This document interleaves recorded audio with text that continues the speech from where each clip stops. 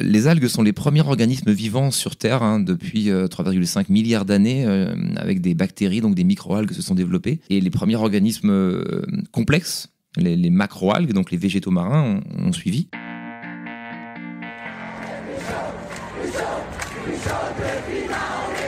Bienvenue chez Basilic, le podcast pour changer de regard et imaginer ensemble un futur désirable. Je suis Jeanne, votre hôte, et chaque semaine, je tends le micro à celles et ceux qui façonnent le monde de demain. Je vous souhaite la bienvenue et j'espère que vous vous sentirez bien chez Basilic. Aujourd'hui, je reçois Vincent Doumézel. Vincent Doumézel est l'auteur de l'ouvrage intitulé « La révolution des algues » paru l'année dernière aux éditions Équateur. Considérées à tort comme une pollution dont elles ne sont que le symptôme, les algues nous offrent en réalité un champ d'innovation infini et des solutions concrètes pour répondre aux grands défis de notre époque. Si nous apprenions à les cultiver de façon durable, elles pourraient nourrir les hommes, se substituer au plastique, décarboner l'économie, refroidir l'atmosphère et peut-être même nettoyer les océans.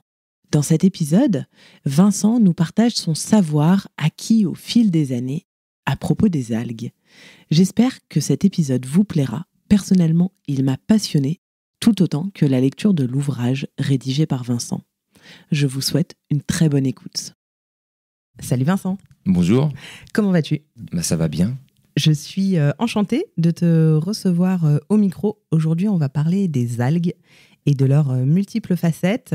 On va d'abord commencer par des présentations pour que les auditeurs et les auditrices comprennent comment tu en es arrivé à t'intéresser aux algues. Alors moi, en fait, je travaillais dans l'agroalimentaire avant et en travaillant dans l'agroalimentaire, j'ai beaucoup voyagé notamment et j'ai vu dans un premier lieu les limites et les conséquences surtout de nos systèmes alimentaires, qui étaient assez dramatiques et qui sont aujourd'hui sans doute les principaux responsables de l'accélération des crises climatiques et écologiques. Et j'ai surtout vu aussi le visage de la faim dans le monde. Et c'est vrai que si on a la chance de pouvoir l'ignorer ici, là, à Paris, tranquillement, il y a quand même 1 milliard de personnes qui souffrent de la faim dans le monde. On a 300 000 personnes tous les jours à nourrir en plus sur Terre. Et puis, donc c'est un défi qui est avec des demandes en calories qui sont croissantes, puisque de plus en plus de gens dans les pays émergents veulent manger de la viande. Donc, on a une équation qui est absolument insoluble en face de nous. Sachant que le rendement des céréales continue de décroître. Et donc, on a une équation insoluble. Et si on regarde d'un peu plus loin notre petite planète Terre, on se rend compte qu'elle est surtout bleue et que ça devrait être une planète mère. Et que finalement, cette immense partie de la planète couverte par des océans, elle contribue absolument pas à satisfaire nos besoins alimentaires. Et comme dans tout écosystème, si on veut commencer à produire et à cultiver de façon régénérative quelque chose, il faut commencer par le premier niveau de la chaîne, le premier maillon de la chaîne. Et donc, voilà, je suis parti vers les algues en me disant, on a 70% de la planète couverte par des océans qui contribuent à 2% de notre alimentation en calories. Si on veut y bâtir quelque chose de vraiment régénératif, il faut commencer par le fondement, par les algues, qui ensuite vont nourrir tout le reste. Donc c'est comme ça que je me suis tourné vers les algues, en fait, en cherchant des solutions à la crise alimentaire. Et après, j'ai réalisé que ça pouvait répondre à bien plus de solutions. Et c'est comme ça que tu as écrit un bouquin qui fait, 200 ou 300 pages. Plus de 300 pages, ouais. On voulait écrire un petit au début. Puis il y avait tellement La de choses à dire. révolution des algues. C'est ça. Il est intitulé comme ça. On va commencer tout simplement avec une définition. Je pense que c'est assez important pour comprendre la suite de l'échange, de définir la notion d'algue. Qu'est-ce que c'est qu'une algue, finalement ? Alors, les algues sont les premiers organismes vivants sur Terre depuis 3,5 milliards d'années, avec des bactéries, donc des microalgues se sont développées. Et les premiers organismes complexes, les macroalgues, donc les végétaux marins, ont suivi. Donc il y a 1,5 milliard d'années. Donc on est vraiment à la base de la vie sur Terre. C'est le fondement en général. Alors, qu'est-ce qu'une algue ? C'est beaucoup de choses en fait, parce que j'explique souvent que il y a 500 millions d'années seulement, il y a un type d'algues, les algues vertes, qui ont migré sur Terre pour donner lieu à toute la végétation qu'on a sur la planète. Et donc aujourd'hui, une algue verte, elle va être sensiblement plus proche d'un fraisier ou d'un chêne que d'une algue rouge. Donc c'est pour dire la diversité. Donc aujourd'hui, ces macroalgues, donc, qui ont encore une fois 1,5 milliard d'années de résistance et d'adaptation au changement, quand nous on en a 300 000, elles sont beaucoup plus expérimentées que nous à s'adapter. Et il faut qu'on apprenne de tout ça.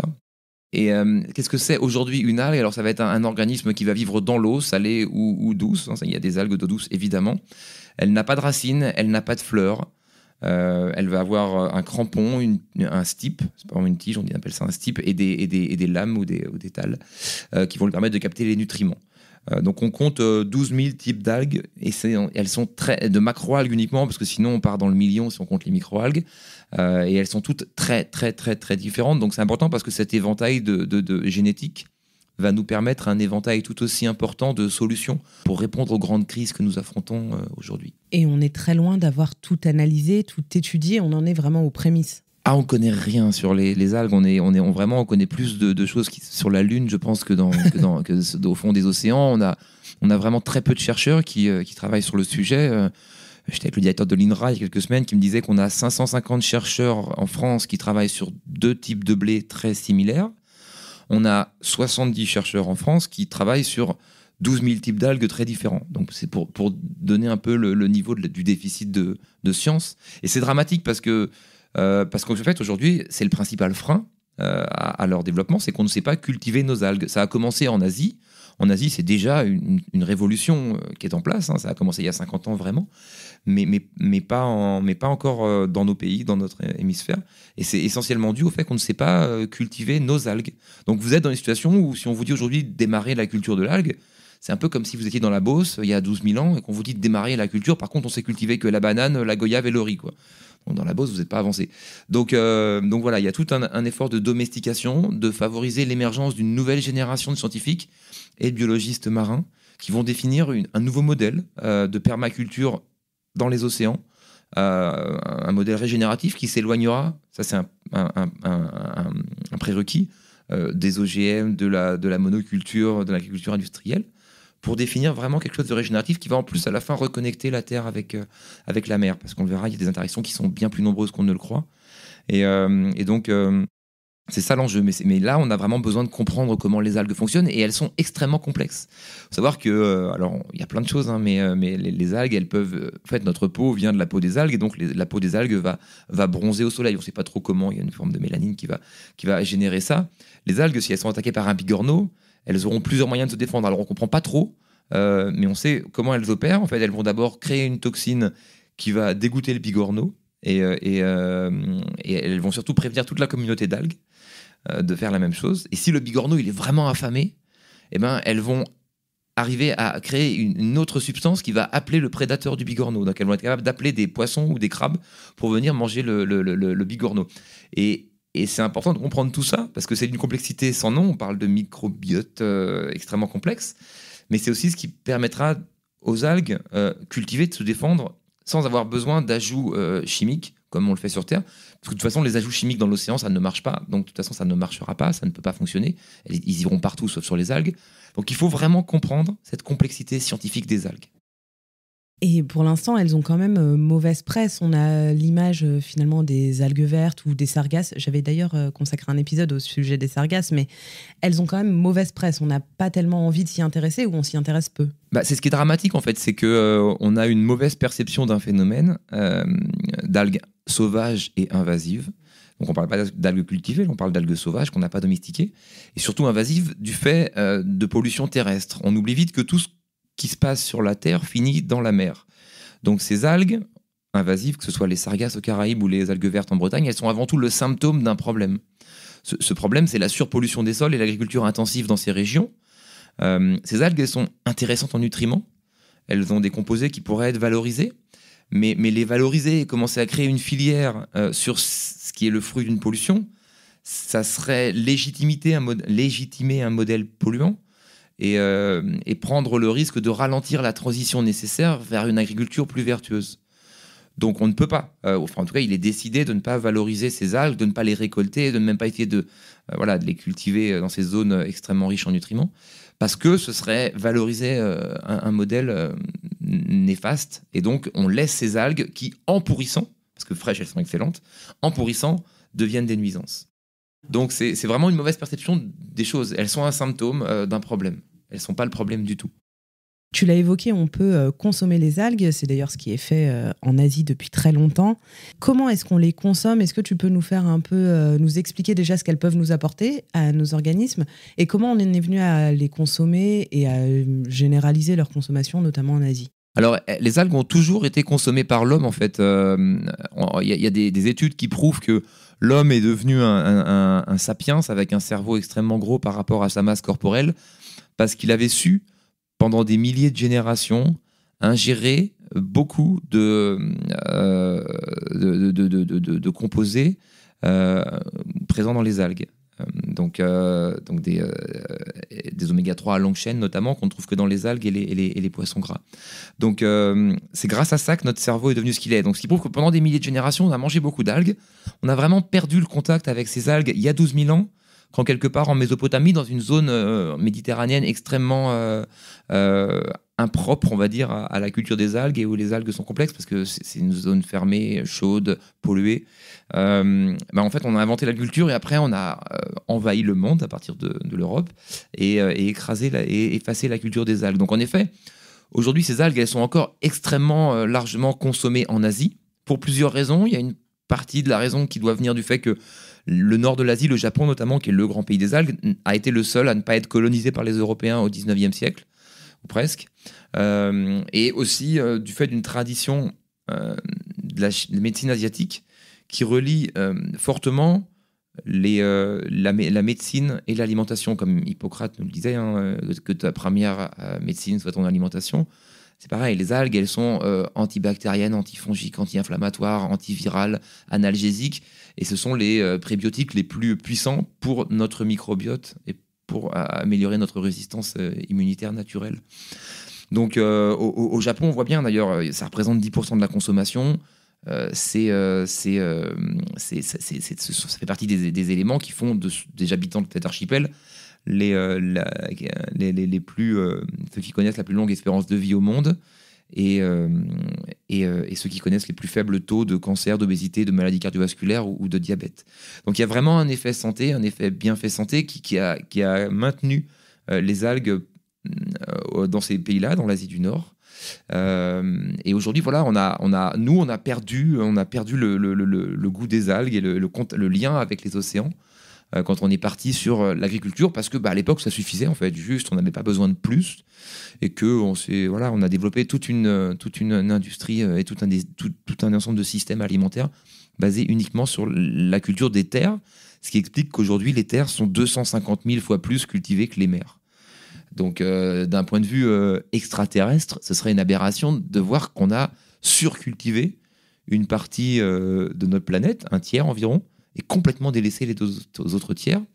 Et ça participe sans doute très largement au déséquilibre écosystémique qu'on connaît aujourd'hui et aux gros problèmes qu'on a affrontés. Donc pour répondre à la question de comment on consomme les algues, très bien en fait, ça va être le premier défi, c'est d'apprendre à les cuisiner. Souvent, on me dit les algues c'est pas bon. Les néophytes, j'entends, dès qu'on en a mangé, on a compris. Et là, il y a un truc à dire, c'est que finalement, essayer de manger une pomme de terre crue ou une fève de cacao, c'est pas mangeable, c'est dégoûtant. Alors que du chocolat et des frites, c'est plutôt sympathique en général. Donc il y a vraiment un effort à faire, à apprendre à les goûter, mais à les cuisiner aussi.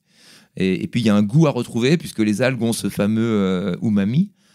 C'est quasiment les seuls aliments sur Terre qui naturellement vont avoir de l'umami, donc qui est la 5e saveur. Dans notre civilisation, on connaît surtout le sucré, le salé, l'acide de la mer, mais l'umami est une 5e saveur qu'on connaît très mal. Et donc les algues ont cette 5e saveur de façon très intense. Et ce qui fait qu'aujourd'hui, les grands chefs un peu partout s'intéressent beaucoup aux algues. C'est vraiment un secteur d'innovation gustative pour eux. Et j'étais la semaine dernière, il y a 2 semaines à Nice, là où Mauro Calogreco a la Mirazur avec 3 étoiles Michelin, et il cultive 25 types d'algues différents. Il cuisine 25 types d'algues différents, et vu le prix des plats, je pense que ça doit être bon. Et, j'espère. T'as pas goûté? Donc, non, j'ai pas. Mais donc voilà. Donc non, mais c'est intéressant. Mais bon, les algues de toute façon c'est délicieux. J'ai pas besoin de Mauro pour me le dire. Mais donc voilà. Donc il y a vraiment un effort à faire, à essayer de retrouver le goût.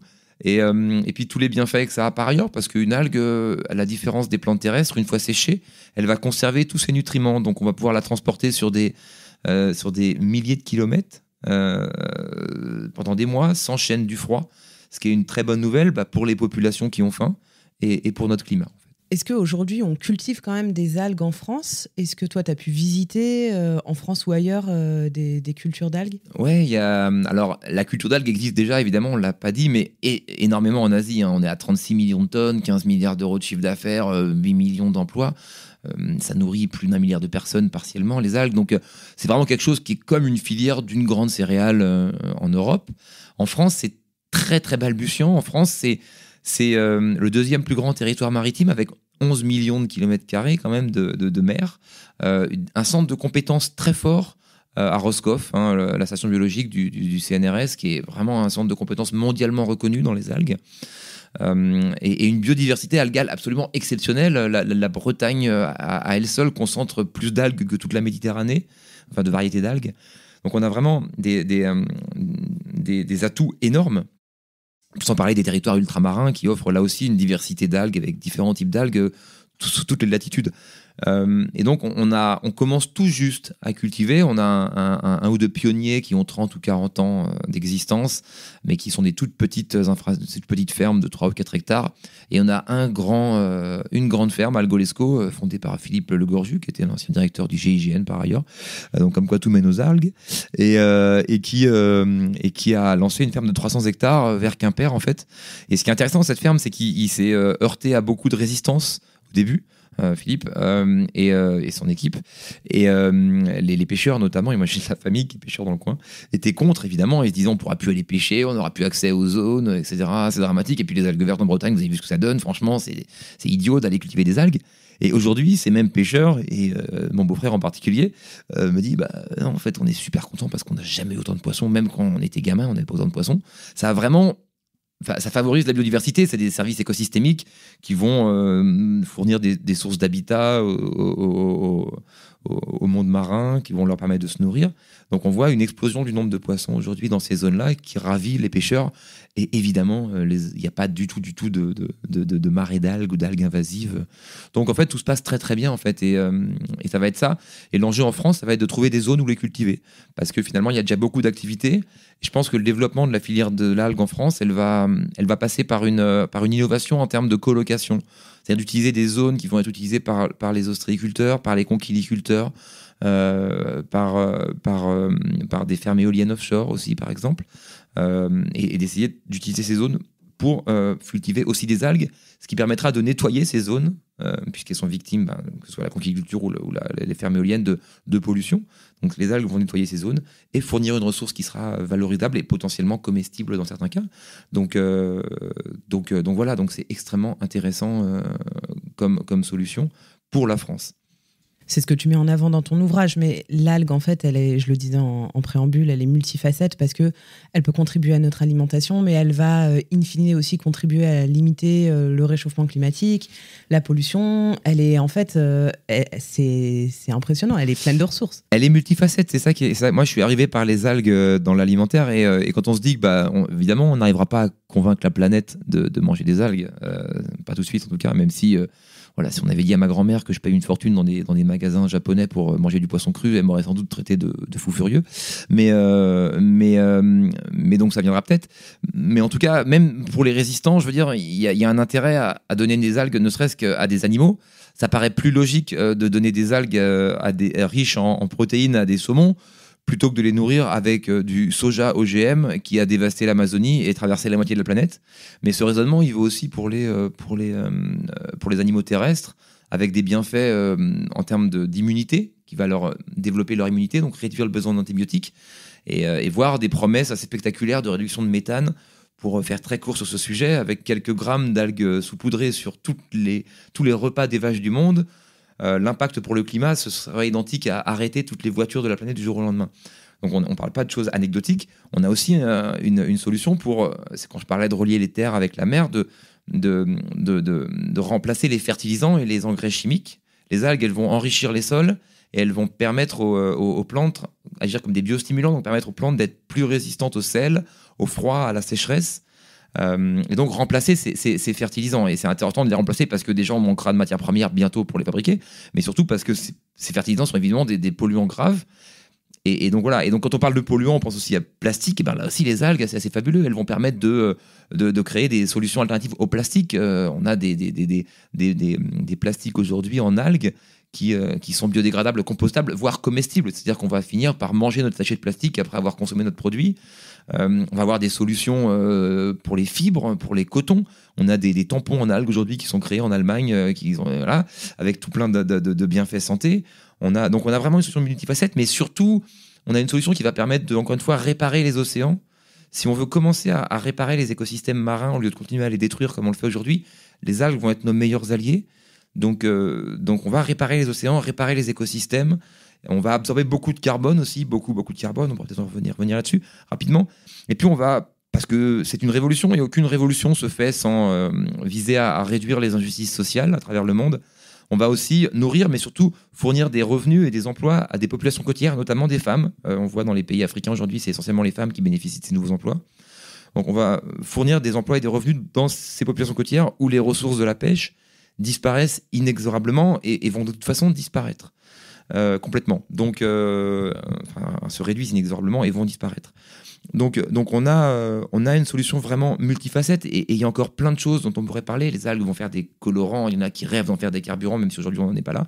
Il y a plein de choses, des matériaux de construction. Donc il y a vraiment des applications qui sont énormes, encore une fois, qui correspondent à l'extrême diversité génétique de ces organismes.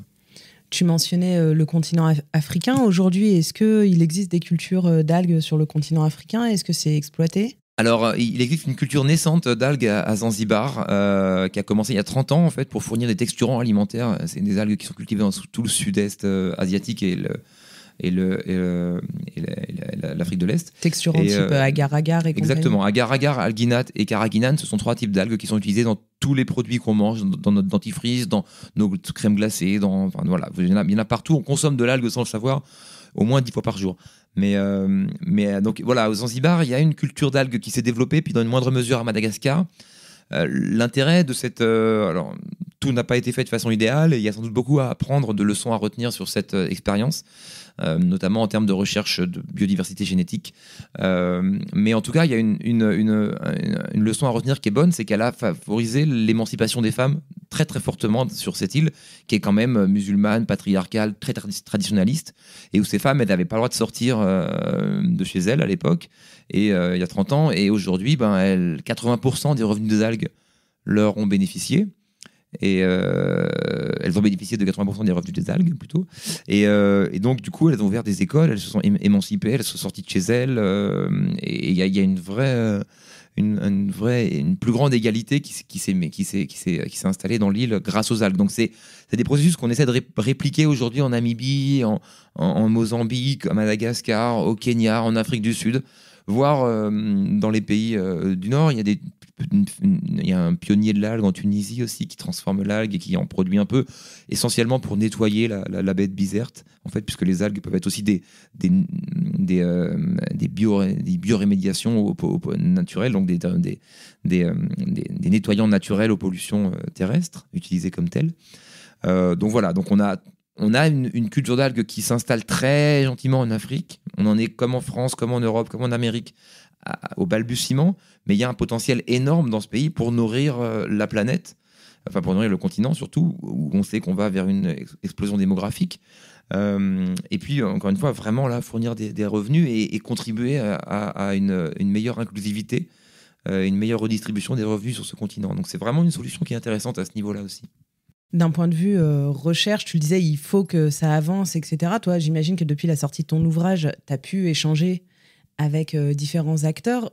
Comment ça se positionne? On en est où aujourd'hui en France? Est-ce qu'on comprend le potentiel des algues, en France ou en Europe ou dans le monde, peu importe? En France, ça avance. J'ai pu rencontrer 2 fois notre président pour lui parler, ce qui est déjà en soi une bonne chose, parce que je pense que et nos ministres ayant autorité sur le sujet. Donc là, il y a un rapport qui a dû sortir hier, qui a été présenté au ministre. Donc il y a une étude qui a été faite depuis 6 mois. Donc ça, c'est ça qui est génial, c'est que ça a fait bouger un peu les choses, ça a fait bouger les lignes en France. On a des acteurs privés aussi, financiers, qui commencent à vouloir soutenir des projets liés aux algues. On a des mécanismes de crédit carbone qui essaient de se mettre en place, etc. Donc oui, ça bouge. Il y a clairement, alors ça peut paraître assez invisible pour le grand public, on va dire, parce que c'est assez peu, même si il y a une couverture médiatique, un intérêt médiatique qui s'est extrêmement développé depuis 2 ans, en fait, depuis qu'on a commencé tous ensemble à lancer ce mouvement avec un manifeste des algues. Tout a commencé là.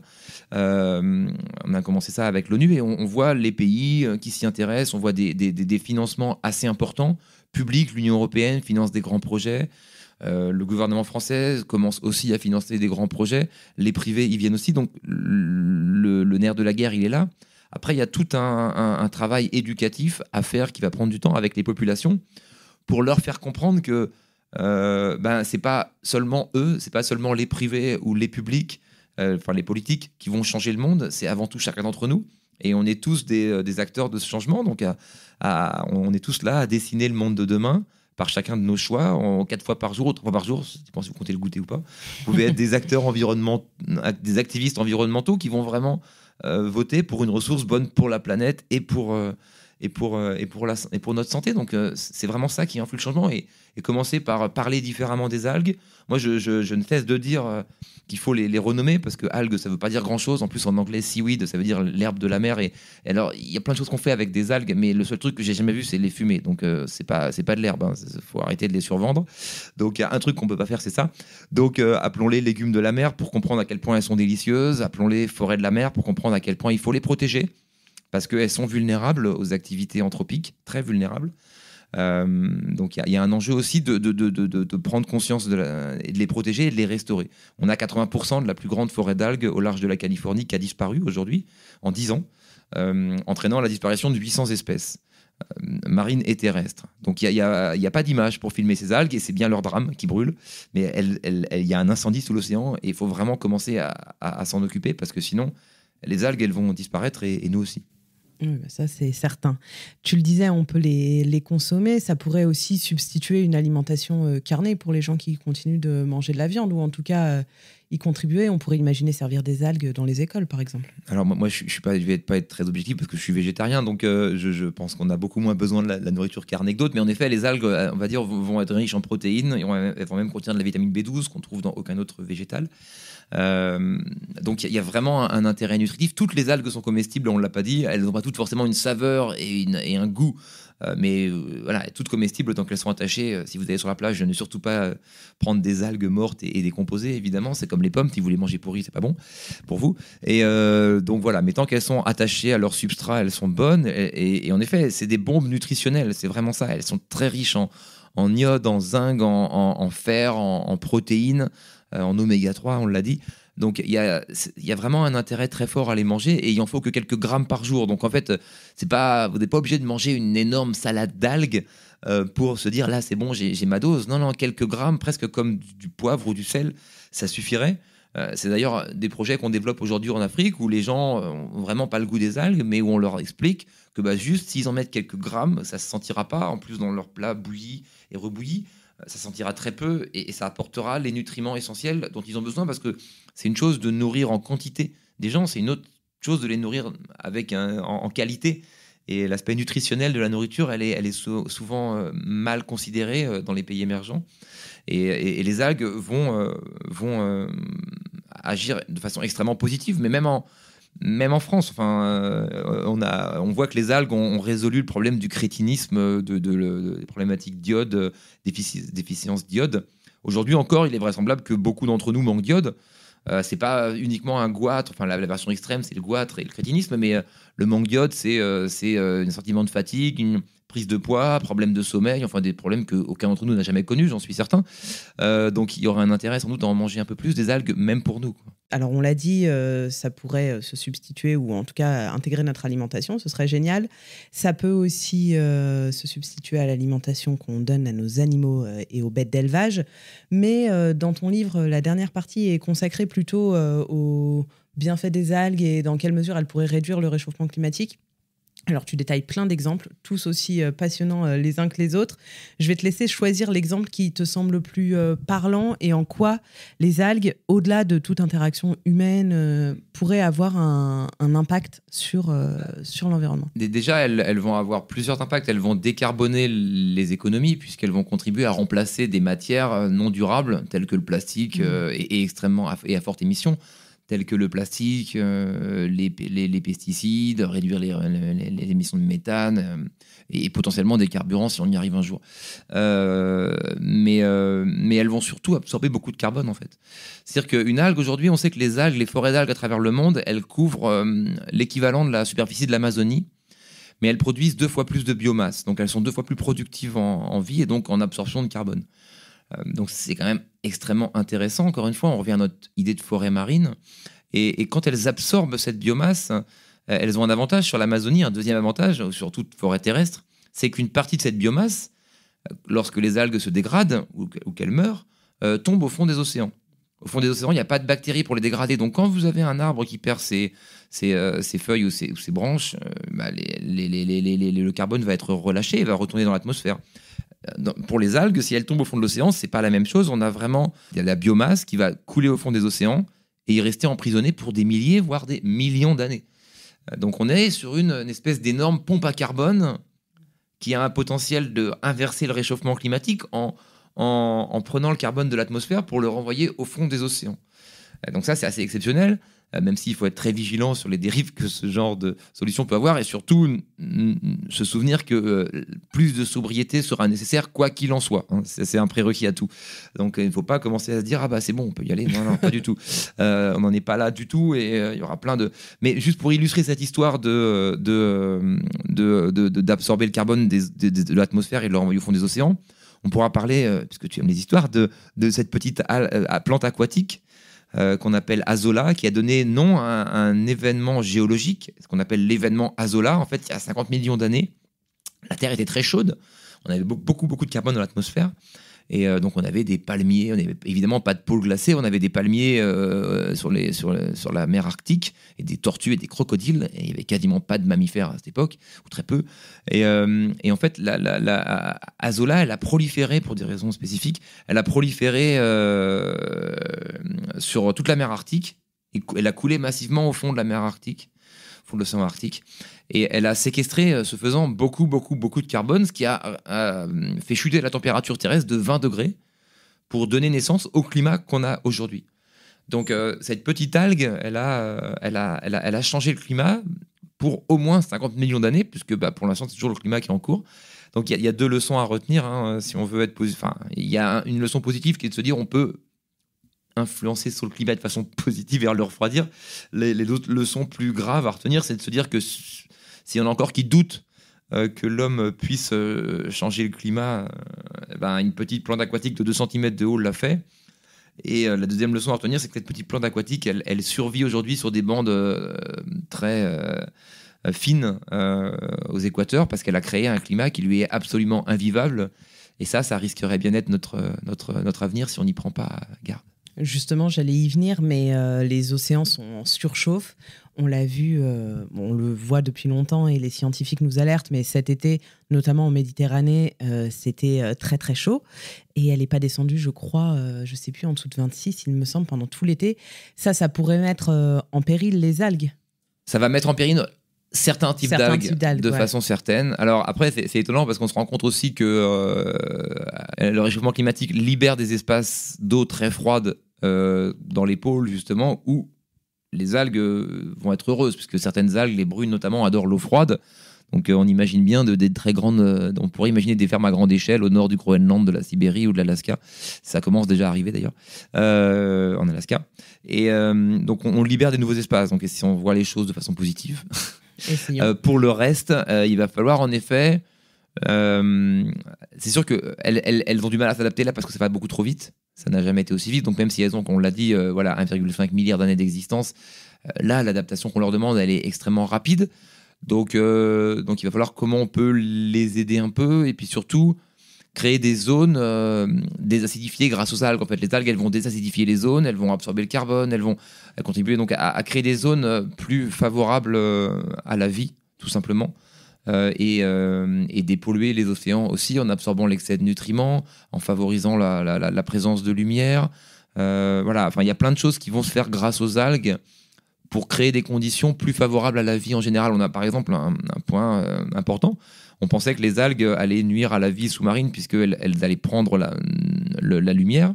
Et en fait, on se rend compte au contraire que les algues, en poussant, elles absorbent tellement de nutriments qu'elles vont réduire la turbidité de l'océan. Donc du coup, la lumière passe mieux et la vie s'épanouit mieux en dessous de ces algues, même si elles créent des zones d'ombre. Donc ce que je veux dire, c'est que c'est très complexe la vie sous-marine. Donc en comprendre, donc c'est pas juste plus chaud, plus froid. Ça va beaucoup plus loin que ça. Il va falloir comprendre cette complexité et c'est pas. En fait, les océans ils survivront. Hein. Ce qu'on veut sauver, c'est l'humanité, pas les océans. Les océans, ils étaient là avant nous, ils seront là après nous. Les algues nous survivront et les aussi. algues nous survivront aussi sans doute. En tout cas, certaines d'entre elles. Mais donc voilà, voir comment utiliser les algues pour utiliser ces nouveaux paysages océaniques. Pour cultiver, parce que des algues on en cultive dans les mers chaudes aussi, hein. C'est pas propre aux mers froides, donc il y a une adaptation qui va être à faire mais c'est à nous qu'elle incombe cette adaptation en premier, c'est à nous de la supporter. Oui, c'est bien ce que j'entendais, mais c'était aussi pour souligner que avec les comportements qu'on a actuellement, on met quand même en péril ah bah oui, bien sûr, hein, je l'ai dit, les activités anthropiques sont extrêmement... les algues sont très vulnérables aux activités et aux perturbations écosystémiques liées aux activités humaines, que ce soit les pollutions, le réchauffement, l'acidification. Évidemment, c'est très dur. On a des pertes de biodiversité d'algues colossales actuellement et partout, que ce soit au Japon, en Norvège, en Californie, on l'a dit, partout on a des déserts sous-marins qui se mettent en place. Et donc ça, c'est très inquiétant, en effet.